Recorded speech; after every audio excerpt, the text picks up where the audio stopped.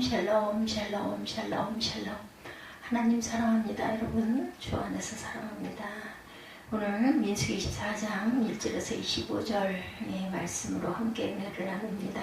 발람이 자기 이스라엘을 축복하는 것을 야훼께서 심히 선히 여기심을 보고 전과 같이 전술을 쓰지 아니하고 그의 아들 광야로 향하여 눈을 들어 이스라엘이 그 지파대로 천막 친 것을 보는데 그때 하나님의 영이 그 위에 임하신지라. 그가 예언을 전하여 말하되 보올의 아들 발람이 말하며 눈을 감았던 자가 말하며 하나님의 말씀을 듣는 자 전능자의 환상을 보는 자 엎드려져 눈을 뜬 자가 말하기를 야곱이여 내 장막들이 이스라엘이여 내 거처들이 어찌 그리 아름다운고 그 벌어짐이 골짜기 같고 강갈 동산 같으며 여호와께서 심으신 침향목들 같고 물가의 백향목들 같도다. 그 물통에서는 물이 넘치겠고 그 씨는 많은 물가에 있으리로다. 그의 왕이 아각보다 높으니 그 나라가 흥왕하리로다.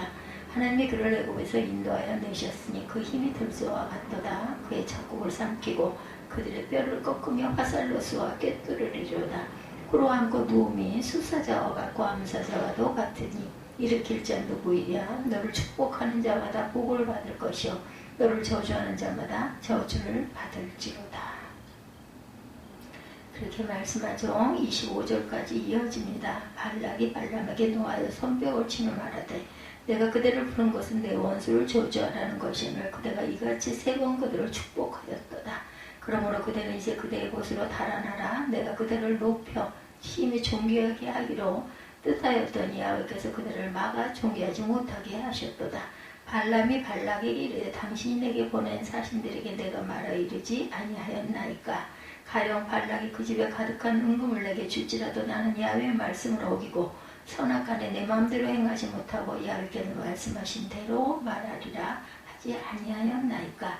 이제 나는 내 백성에게 돌아가거니와 들으소서. 내가 이 백성이 후일에 당신의 백성에게 어떻게 할지를 당신에게 말하리다 하고 예언하여 이르기를 보올의 아들 발람이 말하여 눈을 감았던 자가 말하며 하나님의 말씀을 듣는 자가 말하며 지극히 높으신 자의 지식을 아는 자 전능자의 환상을 보는 자 엎드려서 눈을 뜬 자가 말하기를 내가 그를 보아도 이때의 일이 아니며 내가 그를 바라보아도 가까운 일이 아니려다. 한 별이 야곱에게서 나오며 주가 이스라엘에게서 일어나서 모압을 이쪽에서 저쪽까지 쳐서 무찌르고 또 셋의 자식들을 다 멸하리로다. 그의 원수 에돔은 그들의 유산이 되며 그의 원수 세일도 그들의 유산이 되고 그와 동시에 이스라엘은 용감히 행동하리로다. 주권자가 야곱에게 나서 남은 자들을 이 성에서 멸절하리로다 하고 아말렉을 바라보며 예언하 이르기를 아말렉은 민족들의 으뜸이나 그의 종말은 멸망에 이르리이다 하고 또 개인족 속을 바라보며 예언하 이르기를 내 거처가 견고하고 내 보금자리는 바위에 있도다. 그러나 가인이 쇠약하리니 나중에는 앗수르의 포로가 되리로다 하고 또 예언하 이르기를 슬프다. 하나님이 이를 행하시니 그때의 살자가 누구이랴. 기띔 해변에서 배들이 나와 앗수르를 학대하며 에웨로 괴롭힐 것이나 그도 멸망하리로다 하고 발람이 일어나 자기 곳으로 돌아가고 발락도 자기 길로 갔더라. 1절에서 25절까지 발람이 하나님의 영을 받아서 그대로 예언하는 발락이 저주해달라고 했던 사람들을 축복하죠. 이런 일들이 기록되어 있습니다. 24장 1절에서 25절까지 모압의 선지자 발람이 이스라엘을 향하여 그 꽃같은 생각을 가지고 있었음을 나타내죠. 출애굽한 이스라엘 민족이 가나안 땅을 향하여 진군하던 길에 모압 변경에 이르자 모압 왕 발락은 매우 불안해집니다. 그래서 그는 발람이라는 선지자를 동원하여 이스라엘을 저주하여 망하게 하려고 계획을 하죠. 발람은 비록 선지자라고 번역되어 있기는 하지만 야훼 하나님을 섬기는 선지자가 아니었던 거죠. 본문에 이전에 사수를 쓰던 자라고 말하고 있듯이 오늘날의 어떤 무당과 비슷한 무상숭배의 선지자였습니다. 그렇지만 하나님께서는 그 발람이 감히 이스라엘을 저주하지 못하도록 나귀의 입까지 동원해서 주장하시는 바람에 두 차례에 걸친 모압 왕 발락의 시도는 계속 실패하고 있습니다. 그럼에도 불구하고 23장 27절부터 30절에 보면 발락은 포기하지 않고 세 번째로 발람에게 명하여 이스라엘을 저주하도록 합니다. 하지만 그 즈음에 와서 발람도 이미 포기한 상태가 되었어요. 1절부터 4절에 발람이 자기가 이스라엘을 축복하는 것을 야훼께서 선히 여기심을 보고 전과 같이 사수를 쓰지 아니하고 그 낯을 광야로 향하여 눈을 들어 이스라엘의 그 지파에 거주하는 것을 보는 동시에 하나님의 신이 그 위에 임하신지라. 그가 노래를 지어 가로되 보올의 아들 발람이여 말하며 눈을 감았던 자가 말하며 하나님의 말씀을 듣는 자 전능자 이상을 보는 자 엎드러져서 눈을 뜬 자가 말하기를. 이렇게 기록되어 있어요. 29장의 사건을 보면 알 수 있는 것처럼 발람이 이처럼 행동하는 것은 결코 그가 완전히 하나님 신앙으로 돌아섰기 때문은 아니었던 거죠. 지금까지 진행 과정을 통하여 이스라엘을 자기의 사수를 써서 저주하는 것이 불가능하던 것을 깨닫게 되었고, 그 자신은 그저 하나님의 신이 임하시는 대로 예언할 수밖에 없는 하나님의 대언 도구처럼 되어버렸을 뿐이라는 것을 인정합니다. 아무리 발락과 발람이 길을 쓰고 이스라엘을 저주하려고 해도 이미 하나님께로부터 선택받은 이스라엘을 어떻게 건드릴 그 방법이 없다. 그런 상태에서 이 발람의 입에서 나오게 된 말은 이스라엘의 미래를 향한 두 가지 축복의 예언이었죠. 23장에서 발람은 이미 두 번의 예언을 했는데 여기서는 세 번째 예언이 야곱의 장막이라는 말로 시작이 되고 있어요.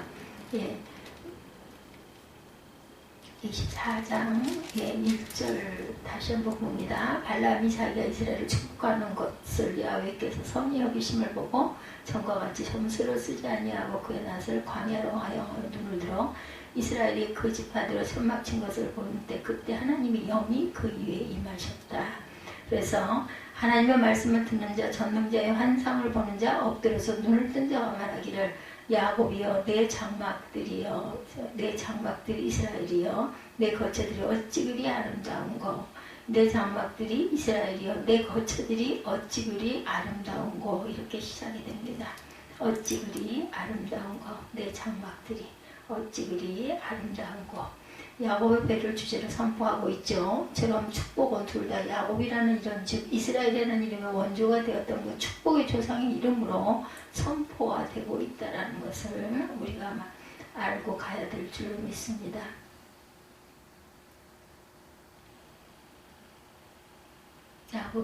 야곱이여 내 장막들이 이스라엘이여 내 거처들이 어찌 그리 아름다운고. 오늘 우리는 이 두 가지 축복에 야곱이라는 이름, 이스라엘이라는 이름의 원조가 되었던 그 축복의 조상의 이름으로 선포되고 있다는 것. 이 두 가지 축복들, 신앙의 조상을 통하여 하나님의 선민들에게 대대로 이어지고 있는 확고부동하고도 불변한 축복들이 과연 무엇인지를 함께 확인하고 갑니다. 이 세상에 어느 누구도 빼앗아갈 수 없는 성도의 축복은 바로 교회 중심의 구원의 확신에 거하는 삶이다. 이것이 바로 이스라엘이 야곱의 장막을 통하여 누리던 복이죠. 하나님의 말씀을 듣는 자, 전능자의 환상을 보는 자, 엎드려서 눈을 뜬 자가 말하기를 야곱이여 내 장막들이 이스라엘이여 내 거처들이. 야곱과 이스라엘이 등장을 했다라는 거죠. 어찌 그리 아름다운고. 이스라엘이 거하고 있는 장막과 거처를 두고 아름다운 곳이라고 발람은 감탄을 하지 않습니다. 그리고 그 사실을 두고 비유하기를 그들의 거처는 물이 자동적으로 그리고 풍부하게 공급되는 곳에 있는 것과 같다. 골짜기나 강가 혹은 통에 넘치는 물이나 많은 물가, 이 모든 말들이 공통적으로 가리키는 것이 무엇인지를 확연히 드러납니다. 물이 귀한 근동 지방에서는 누구에게 복덩어리가 굴러 떨어지는 경우를 두고 이처럼 물이 넘친다라는 표현들을 많이 썼어요. 바꿔 말하자면 이스라엘이 날마다 장막을 치고 거하는 곳마다 복이 따라다니고 넘친다는 말이죠. 도대체 이스라엘은 어떤 곳에 장막을 쳤기에 그처럼 가는 곳마다 복이 철철 흘러 넘칠까. 그 사실을 두고 바로 이어지는 8절과 9절 말씀에 하나님이 그를 애굽에서 인도하여 내셨으니 그 힘이 들소와 같도다. 그 적국을 삼키고 그들의 뼈를 꺾으며 화살로 쏘아 꿰뚫으리로다. 그로 앉아 누움이 수사자와 같고 암사자와도 같은 일으킬 자가 누구이랴. 9절에 보면 그렇게 말씀하고 있어요. 일으킬 자가 누구이랴. 너를 저주하는 자마다 저주를 받을지라. 꿇어 앉아 누움의 수사자와 같고 암사자와 같으니 일으킬 자가 누구이랴. 너를 축복하는 자마다 복을 받을 것이요 저주하는 자마다 저주를 받을 것이라. 여기서 9절의 내용, 야곱이 그의 아들 유다에게 축복했던 말을 발람이 그대로 반복하는 것이죠. 이 축복의 야곱과 얼마나 밀접한 관계가 있는 것인지를 다시 한번 확인합니다. 여기서 제일 요점 바로 하나님이 그를 애굽에서 인도하여 내셨다라는 거죠. 예, 안고 누움이 수사자와 감사자와 같으니 일으킬 자가 누구냐? 너를 축복하는 자들마다 복을 받을 것이고 저주하는 자마다 저주를 받을 것이다. 10절에도 발락이 발람에게 놓아여 손뼉을 치고 말하되 내가 그대를 부른 것은 원수를 저주하라는 것이오니 그대가 이같이 3번 그들을 축복하였도다 이렇게 얘기하죠. 예, 이 축복이 야곱과 얼마나 밀접한 관계가 있는지, 이것이 이스라엘 민족이 지금 거하고 있는 장막이고 거처고 광야 공동체의 실질적인 현주소다. 온 백성들이 종살이하며 고생하는 그 애굽에서 기적적으로 인도함을 받아 나온 그것이 이스라엘에게 있어서는 축복의 첫 물줄기와 같은 것이다. 사람 눈에는 도무지 불가능한 말로만 보였던 취급을 하나님께로부터 받게 된 이스라엘에게는 이제 그 앞길에 아무 더 이상 거칠 것도 두려울 것도 없다. 광야 행군이라는 어려운 길도 마치 들소와 같은 힘으로써 모든 적국들을 거침없이 무찌르며 일사천리로 진행해왔고 앞으로도 그리 될 것이다. 지금 가나안을 바로 눈앞에 두고 진을 치고 있는 그 분위기 역시 웅크리고 앉아있는 수사자와 사자같이 아무도 곁에서 함부로 건드리지 못할 위험이 넘치고 있다. 이처럼 이스라엘 백성은 출애굽이라는 놀라운 구원 역사로 인해서 사기가 춘천에 있었던 까닭에 그들이 지금까지 누려왔고 앞으로 받게 되는 복들은 주위의 어떤 민족도 방해하거나 막을 길이 없다라는 거죠. 그야말로 그런 이스라엘을 축복하는 자만 복을 받을 뿐이고 반대로 이스라엘을 저주하는 자마다 저주를 받을 것이다. 구절에 이렇게 정확하게 묻박죠. 야곱의 장막은 이와 같이 최후의 구원이라는 현주소에 있었고 거기에 거하는 백성의 앞날에는 가는 곳마다 계속하여 물이 절로 넘치는 축복이 따라오게 된 것이다. 오늘날 역시 바로 이런 야곱의 장막을 중심으로 살고 있는 성도가 받는 복은 아무도 건드릴 수가 없다. 오늘 우리에게서도 출애굽과 같은 복의 물꼬가 무엇이겠는가? 그것은 두말할 필요도 없이 바로 예수 그리스도의 십자가를 통한 구원입니다. 성도가 진정한 복을 누리기 위해서 무엇보다 이 복의 근원이 먼저 터져야 되고 일단 이 셈이 이것이 터지게 되면 그 나머지 복들은 줄줄 따라올 수밖에 없게 된다. 그럴 수밖에 없겠죠. 지옥의 영광을 받을 수밖에 없었던 인생이 십자가 공로로 구원을 얻고 천국의 영생을 얻게 되었는데 그런 감사와 감격이 심령이 넘치는 사람 앞에 어떤 것이 거칠 수가 있겠는가. 광야 생활은 고달프고 내 인생이 왜 이 모양인가 하고 주저앉게 될 리가 없고 오히려 죽을 죄도 용서받고 구원받은 몸인데 이까지 것쯤이야 들소처럼 힘을 떨치며 맨살에 승리하게 될 것이다.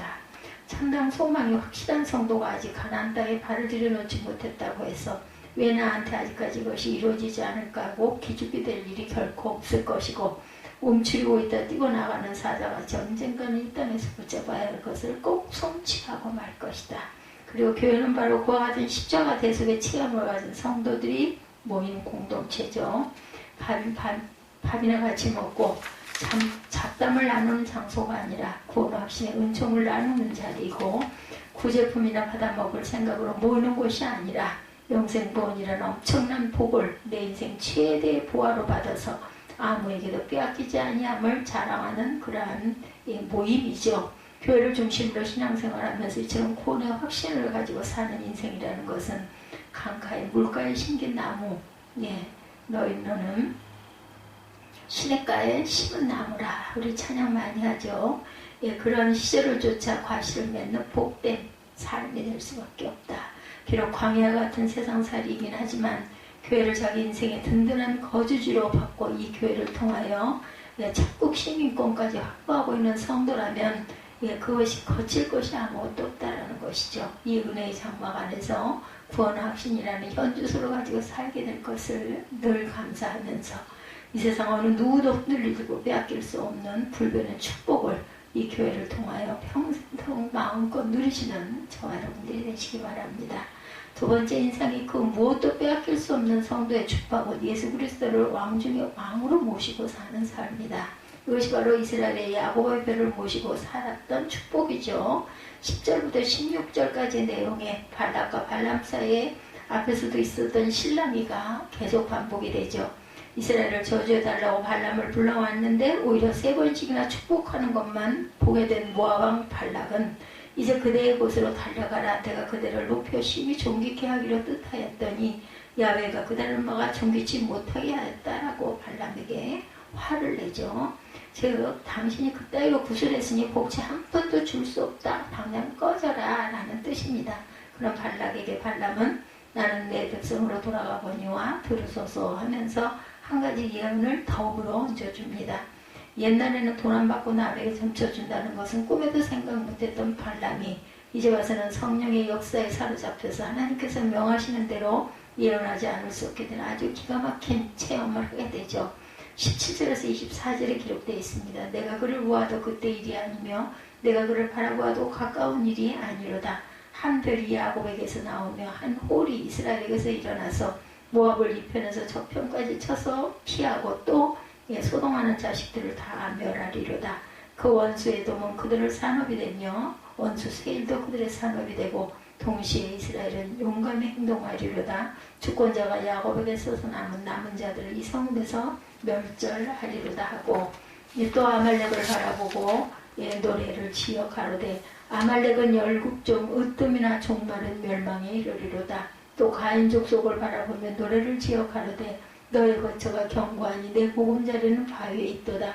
그러나 가인이 쇠매하리니 나중에는 아수르의 포로가 되리로다 하고 노래를 지어 가로되 슬프다. 하나님이 이를 행하시니 그때의 살자가 누구이랴. 기띔 해변에서 배들이 와서 아수르를 학대하며 에벨을 괴롭게 하리라마는 그도 멸망하리로다. 이렇게 기록되어 있습니다. 결국은 다 멸망한다. 내가 그를 보아도 내가 그를 바라보아도 라고 말하는데 여기서 발람은 분명히 어떤 한 인물을 내다보며 예언을 하죠. 내가 그를 보아도 내가 그를 바라보아도 그리고 그 인물 출현 시기를 가리켜 이때 일이 아니며 가까운 일이 아니로다. 그것은 미래에 일어날 일이라는 것이죠. 또한 그는 이스라엘의 자매에 나타난 어떤 인물의 이름이나 그에 대한 다른 정보는 말하지 않고 있지만 그 대신 한 별, 한 홀 그리고 주권자라는 말로 대신합니다. 별은 요즘 인기 연예인의 상징이 되지만 옛날에는 군주의 대표적인 상징이죠. 홀은 한쪽이 좀 동그랗고 무겁게 된 짧은 막대기 같은 것인데 왕의 권위를 상징하는 대표적인 장식이었어요. 즉 발람은 이스라엘의 미래 어떤 강력한 주권자가 등장하게 될 것을 예언하고 있습니다. 그리고 그 왕이 출현하게 될 때 비로소 이스라엘은 그동안 그를 괴롭혔던 이방 민족과 나라들을 완전히 압도하게 될 것이다. 지금 당장 이스라엘을 저주하려 하고 있는 모압을 비롯하여 광야에서 가나안으로 오던 도중에 길을 막고 방해하던 에돔, 그리고 큰 나라는 아니었지만 이스라엘을 괴롭히는 데 있어서 으뜸이었던 아말렉, 이런 민족들이 이스라엘의 바로 그 왕이 출현함으로 완전히 망하게 될 것이라는 거죠. 가나안 땅 주변에 살고 있던 가인 족속, 겐 족속이나 기띔 해변에서 온 해양 민족인 블레셋 족속 등 이스라엘 주변에서 시끄럽게 구는 군소 민족들 역시 그 왕의 출현과 함께 깨끗이 멸망할 것이다. 그때가 오면 모든 소동하는 자식들, 즉 성도를 욕하고 핍박하는 무리들이 다 멸망하게 되고 하나님의 자녀 이스라엘은 불신 세력 앞에서 용감히 행동할 수 있을 것이다. 그리고 이 왕을 통하여 이루어질 그런 불신자에 대한 심판은 바로 하나님께서 행하실 일인 까닭에 아무도 그 앞에서 살 자가 없게 될 것이다. 이렇게 하나님의 영에 성령에 이끌려서 발람이 온전하게 예언을 합니다. 그 왕은 결국 다윗이나 솔로몬 같은 정치적 군주를 가리키는 것이 아니겠죠. 왜냐하면 이스라엘의 최전성기에도 이런 주변의 이방 국가들이 완전히 다 망한 일은 없었어요. 그러므로 이것은 분명 장차 메시아 왕국을 주권자로 오실 예수 그리스도를 대한 예언이 명확합니다. 이상의 예언들은 예수 그리스도의 초림으로 인하여 이미 성취되었고 그분의 재림으로 인하여 완전히 성취될 예언들이었던 거죠. 예수 그리스도를 왕으로 내 인생의 주권자로 모시고 사는 것 자체가 얼마나 큰 축복인지, 그것이야말로 가장 큰 축복인 것을 우리 모두가 모르고서는 안 되겠죠. 어찌 될지 알 수 없는 불안한 미래를 앞두고 지금 현재 우리를 괴롭히는 세상 세력들 사이에 끼어서 살고 있는 우리가 예수 그리스도라는 든든한 왕을 모시고 살 수 있다는 것은 정말 복된 일입니다. 이반 제니소위치의 하루라는 소설에 보면 이런 장면이 나와요.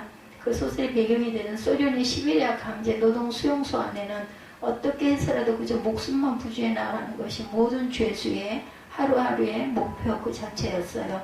그 무서운 추위 속에 새벽부터 밤까지 눈밭에서 중노동에 시달리고 바깥 사회에서 짐승의 사료에 났을 것을 식량이라고, 그것도 그런 밑바닥만 겨우 채울 정도로 주는 곳에서 10년, 20년씩 산다는 것은 문자 그대로 사는 게 아니라 언제 죽는가 하는 생이나 다름이 없었어요. 하지만 그런 수용소에 살던 이반 제니소비치는 그 와중에도 반장을 잘 만나게 돼서 다행이다 이렇게 여깁니다. 반장이랑 같은 죄수들 중에 한 직업반을 작업반을 책임지도록 뽑힌 사람인데, 그 반장의 역량에 따라서 작업반에 속한 죄수들의 식량 배급이나 작업 책임이 좌우되기 때문에 이 반장을 잘 만나느냐 못 만나느냐에 따라서 그 죄수의 생사가 갈린다고 해도 과언이 아니었죠. 그래서 그 소설의 주인공 이반 제니소비치는 다행히도 자기의 능력이 있고 수완 좋은 반장을 만나 목숨을 건졌다고 생각하면서 그런 반장을 만난 것은 마치 든든한 배를 탄 것 같은 기분이다 이렇게 말을 합니다. 그 다음에는 하물며 저와 여러분이 예수 그리스도라는 왕을, 그리스도는 주인을, 그리스도는 구세주를 만나게 된 것 어떻겠어요? 정말 축복 중에 축복이죠. 다행이란 말로는 다 표현이 되지 않습니다. 기적입니다. 이것이 말로 내 인생 최고의 복인 거죠. 이 주님을 만나지 못했다면 이 땅에서 우리의 인생이란 모진 세파 속에서 못된 사람들 사이에서 이리저리 치이고 밟히는 가운데 목숨을 연명하게 급급한 것 외에 아무것도 아니었을 것이다. 우리가 이 구주를 알지 못했으면 이 땅에서 좀 잘 먹고 잘 살다 하더라도 결국 영벌의 지옥을 향하여 한 걸음씩 더 가까이 죽음의 수용소나 다를 바가 없었을 터인데, 어떤 모양으로 살더라도 우리는 사단의 종이 되고 물질을 우상으로 쫓는 가운데 비참하게 짝이 없는 짐승 같은 삶을 살 수밖에 없겠죠. 인생의 주인 하나 잘못 만나면 문자 그대로 인생이 막장을 친다는 것. 그렇지만 예수 그리스도라는 왕을 만나 그분을 모시고 따르게 된 후에 완전 판도가 바뀌죠. 사망에서 생명으로 옮겨졌습니다. 예수 그리스도라는 왕을 만남, 이분을 자기 인생의 대장으로 따르기만 하면 우리는 세상에서 어떤 악한 세력 앞에서도 용감히 행동할 수가 있다. 일단 이 예수님을 내 구주로 따르게 되기만 하면 지금 당장 무슨 모진 일을 당한다 할지라도 일단 목숨만은 확실히 건져놓은 든든한 생을 누릴 수가 있겠다는 거죠. 아무리 생각해 보아도 그런 주님을 모시게 된 저와 여러분이야말로 행운 중에 행운이고 복 중에 복이라는 것, 우리가 알아야 되겠죠.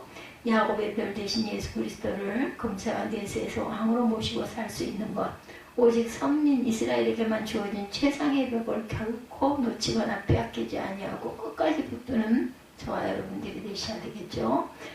끝절에 25절에 보면 발람이 일어나 자기 곳으로 돌아갔고 발락도 자기 길로 갔더라. 이렇게 끝이 나죠.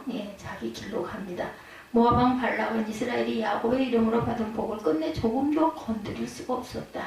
이방 선지자 발람은 아무리 돈 받고 하고 싶어도 이미 하나님께서 복 주시기로 작정해 놓으신 이스라엘을 임의로 저주하는 것조차 마음대로 할 수가 없었습니다.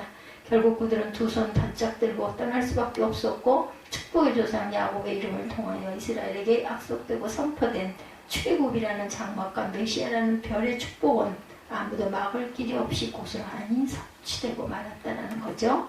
우리의 신앙의 선조들 역시 저와 여러분에게 두 가지 복을 남겨주고 가신 축복의 선조들이 아니겠는가.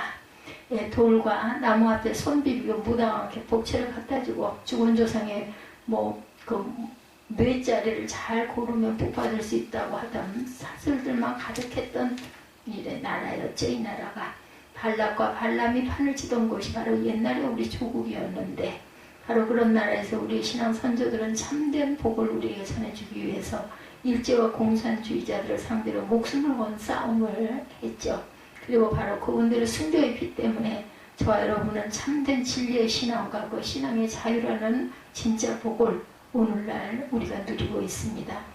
이 모든 외적 불안 요소들이 결국 건드릴 수 없었던 것, 이 불신사회가 결코 빼앗아갈 수 없는 것이 우리에게 여전히 남아있죠.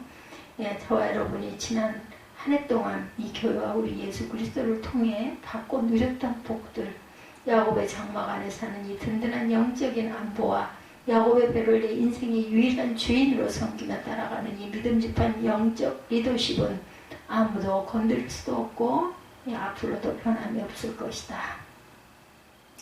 내게 십자가 구원 확신을 굳게 붙잡게 해주셨던 이 아름답고 물된 동상 같은 우리 교회에 날마다 내 원수를 물리치게 하셨고 끝내 사망 권세까지 이기게 하실 금세와 내세의 영원한 주권자 예수 그리스도. 2022년이 어느덧 9월을 눈앞에 두고 있죠. 아무도 빼앗아가지 못하던 이 불변의 축복을 감사하며 다시 오실 주님, 그날까지 이 복을 계속 누리는 야곱의 자손들이 다 되시기를 주님의 이름으로 축복합니다. 오늘 민수기 24장 말씀, 야곱의 별, 이 축복의 별을 우리가 항상 귀히 여기고 주님의 은혜 가운데 승리하시는 저와 여러분의 삶이 되시기를 축복합니다.